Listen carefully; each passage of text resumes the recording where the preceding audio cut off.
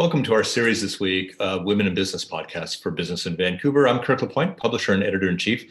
One of our community's most influential business leaders is joining me today for a discussion. Kari Yuers is CEO of Kryton. And Kryton is, I think, one of these little noticed, but very, very largely innovative companies in the space of concrete for construction. I think in a lot of ways it's one of our quieter success stories worldwide. But for the past year, she's also been the chair of the Greater Vancouver Board of Trade. Her term has just expired. And full disclosure, I've had the privilege of working as a director to see her in action in the boardroom. So it's been a fascinating year for any leader. So I think we have some things to discuss. Kari, welcome. Good to see you. Good to see you too, Kirk. And don't kick me out the door too quick. I'm actually still the chair till November 3rd.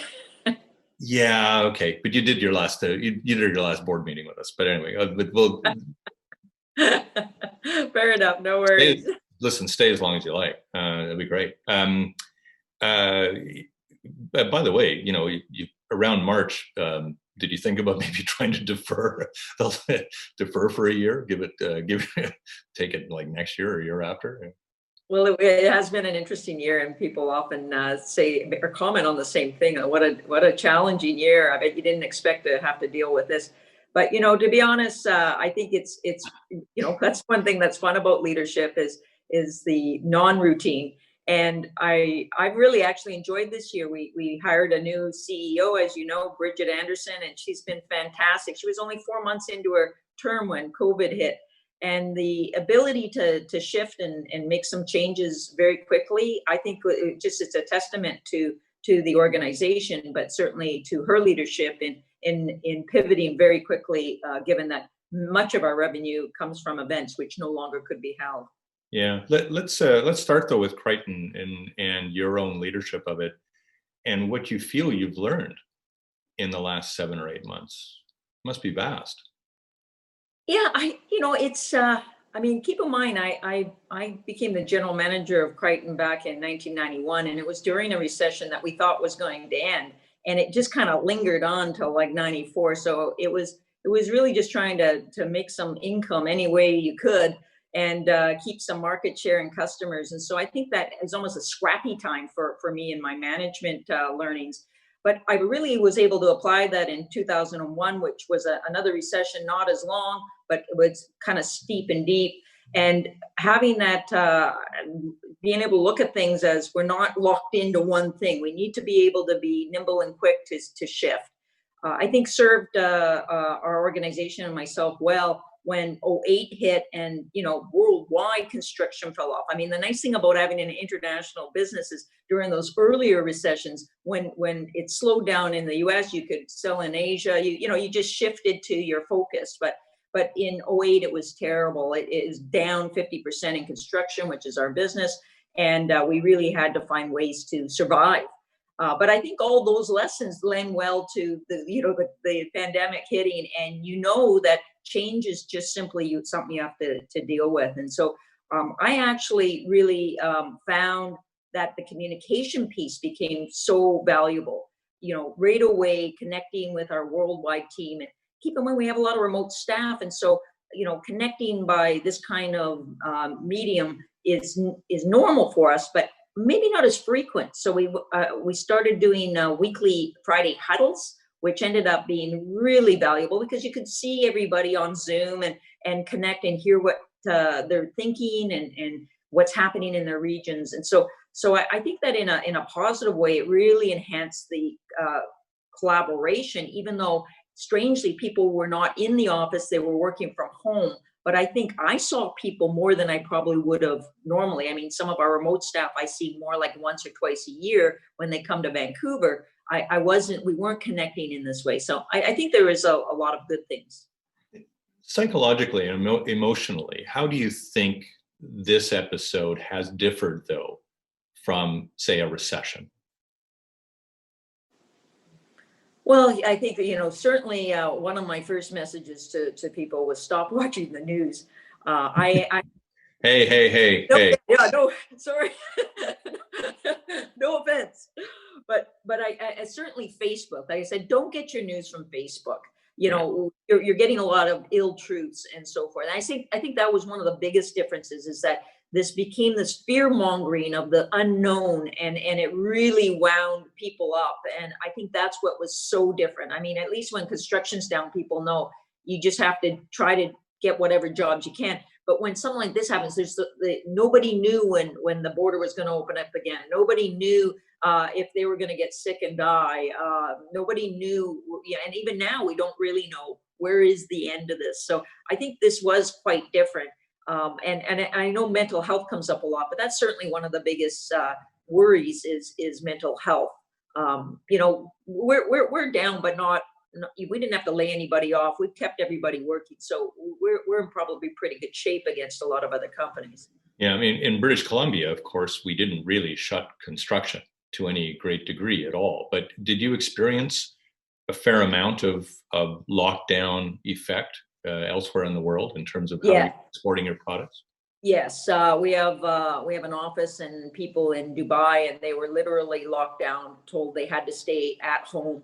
And everything just shut right down. The same happened in India and many other jurisdictions where they literally just told everybody to stay home.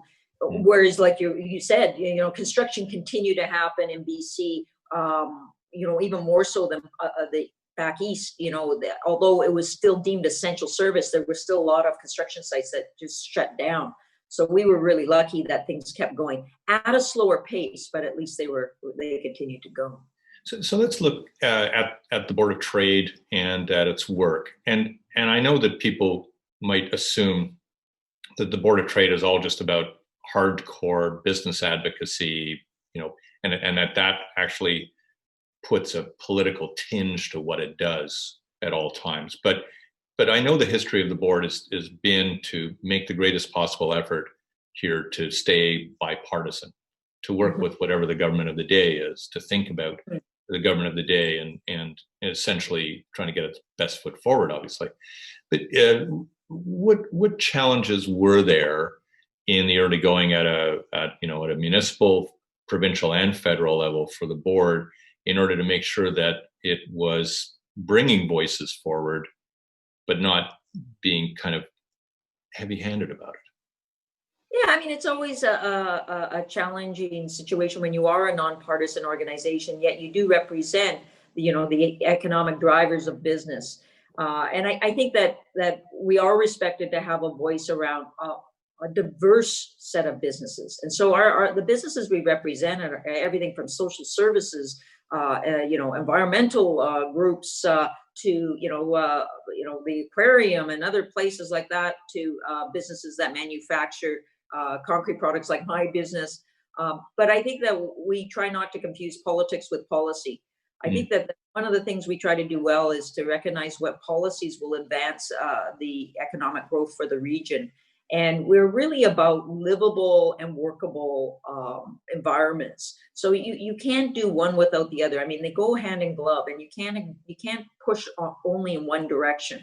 So I think that's where the Board of Trade has a lot of respect, and one of the reasons why in that last election we were the only organization that got all three parties up on the stage together to talk about policy and plans and what the region needs going forward. And hopefully we will continue to be that convener of conversations, because I think it's with the conversations that the real learning happens. There's no sense sitting in a back room and only listening to people who have the exact same point of view as yourself. I think the real learning happens when you get people in a room that have different points of view and different concerns, and you can actually seek to understand what's behind those and what solutions could be better if we work together and really thought about long-term economic growth and not just the short-term, things that can be done. And yet it seems as if we are on two tracks as a society right now, trying to deal with the more imminent healing that's necessary to get everything, businesses, other institutions, home life back on its feet, and some longer range priorities that build this sustainable growth that you talk about. When you take a look at what the board is now putting forward and all of that. Tell me a little bit about the near-term things that you think are policy priorities and almost prerogatives for whatever government emerges, say, after the October 24th election and whatever we see in Ottawa over the next year or so. Yeah, right. I mean, my personal view is that we need to build for the future. We need to attract investment and confidence to invest into businesses, and that comes with having the environment that supports business. So I'm a big advocate, as well as the board is, on infrastructure and making sure that we can have efficient movement of goods and people. I mean, some of the, before COVID hit, we had a tremendous challenge in taking hours to get to work and transit and reconciling that growth. The fact that we've needed that, the bridge at the Massey Tunnel would have been built by now if that had just moved ahead. And I often get disappointed that we get in our own way of creating that livable and workable city, and to attract the kind of businesses we need and to support small and medium-sized businesses to grow. That middle-sized, medium-sized businesses, I think, will be the economic driver of the future. We really have to pay attention to what keeps those businesses here in BC and in Canada, generally speaking, and then how do we help support them so that they can keep hiring people and improving benefits and investing more into our region. So I think investment really matters, and I think that's yes, people look to government to do things for them. I tend to look at them as just get out of our way. Let's we could just get out of our way. We could get our business done and have an easier time, less regulation, less taxes. Help us grow so that we can invest back into our own businesses and the community. Yeah, I mean, the situation in the pandemic, of course, has been made much more complex by many other discussions that we're having as a society right now. We're having these, genuinely good discussions around inequality, around power, around race. What do you think the business, again, the prerogatives are for business in this period that intersect with those issues here? What kind of leadership do you think is necessary? Well, I mean, not all businesses are doing the same, as I mean, some businesses are doing fantastic and some businesses are not surviving. And so I don't think there's a one brush you could put towards that. But I do think that this adversity has framed and highlighted some of these challenges and some of the inequalities, and it's causing conversations to happen. I know Deloitte just had a report that came out on the subject, and it invites leaders like yourself and others to get into a room and talk about what are we doing, right? It's not about out there, what are they doing? What are we doing to foster a change in the way our hiring practices, how we treat equal pay, our unconscious biases? And I think those are really great discussions going forward as to how do we strengthen and be resilient and utilize the opportunity for hiring differently. I mean, we're going to need more people, and to think about people with disabilities, people with just different backgrounds. I think about 70% of our company, maybe more, is multicultural in the sense of that we hire a lot of immigrants, a lot of people where we're their first Canadian job, but they can't get a job because they don't have Canadian experience. And it's that we become kind of a feeder system for the big companies, I won't name them, who love hiring our people in because we've given them all that opportunity to thrive. And I'm happy for them because people, we're not going to keep people forever, but they will always look back on their time at Kryton as a fond. We gave them the shot, and they developed and grew, and were given lots of responsibilities. So yeah, I think that the opportunity for leadership has never been better. And that's maybe one of the reasons why I'm happy to be the chair of the Greater Vancouver Board of Trade. I'm happy to lead Kryton. I'm a director on Export Development Canada. But if we can help small and medium-sized businesses, I think that in all of this, the country's stronger if we can help business grow. Because what I hear so often from our political leaders is that they really do want to build back the system more strongly than it was pre-pandemic. This is not just a matter of repairing, the crevasses that exist as a result of COVID-19. So where do you think there remains, though, a gap for business? As you see it, are there things that business needs to better understand and apprehend if it's actually going to get itself back strongly? Yeah, I think the ones that have done quite well or better are the ones that embrace that the cheese has moved. If you've read the book, Who Moved My Cheese, in the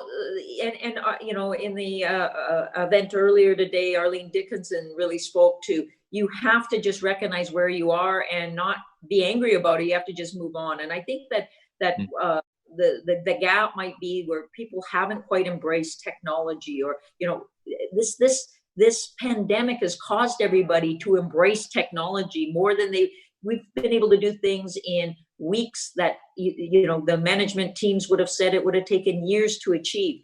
This proves that we can actually do it.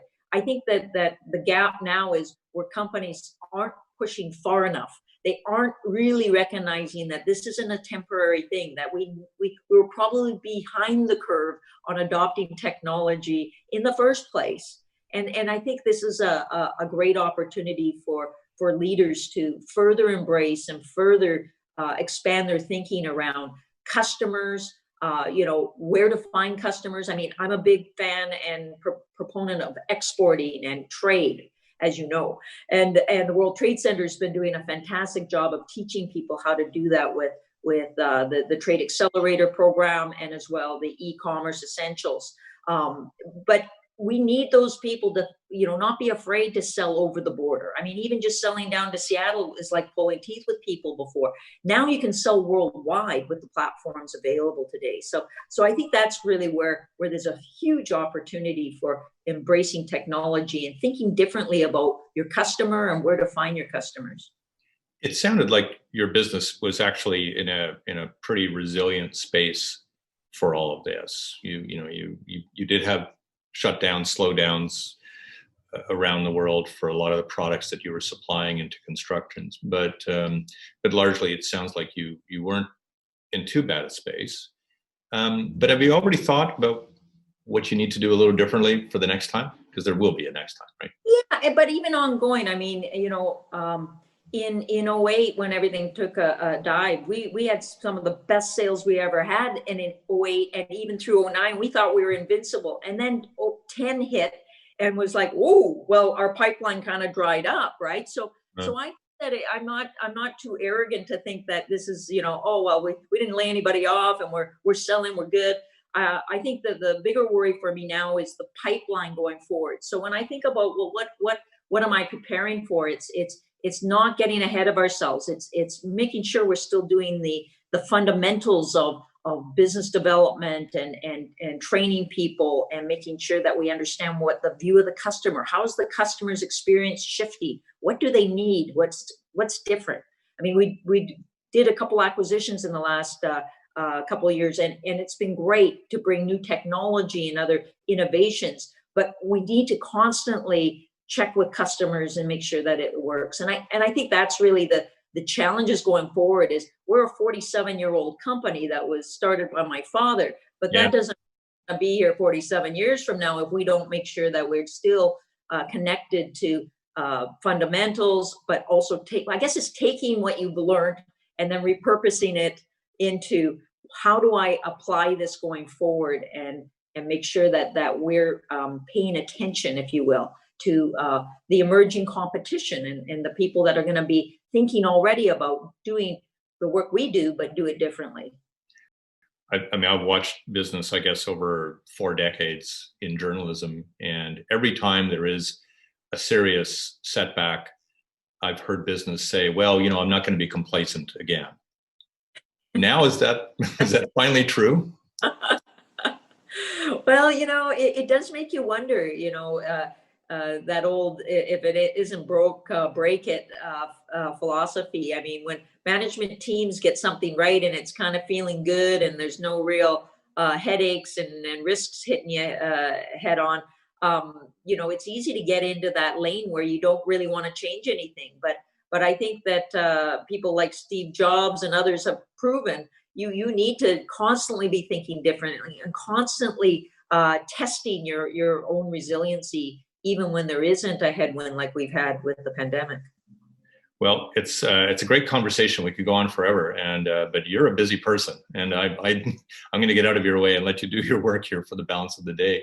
But I want to thank you, Kari, and appreciate the time that you spent with us today, and of course the work that you've done at the board, and then of course in the community, where I know you're a really generous benefactor for a lot of important work that's done in our community to make it better. So thanks again. Well, thanks, Kirk. I really appreciate it. It's been fun chatting with you this afternoon. Kari Yuers is the CEO of Kryton International, and she's still the board chair at the Board of Trade for a few more days. Sorry, but you've been watching our special series of podcasts this week celebrating women in business. I'm Kirk LaPointe, publisher and editor-in-chief of Business in Vancouver. Thanks for watching.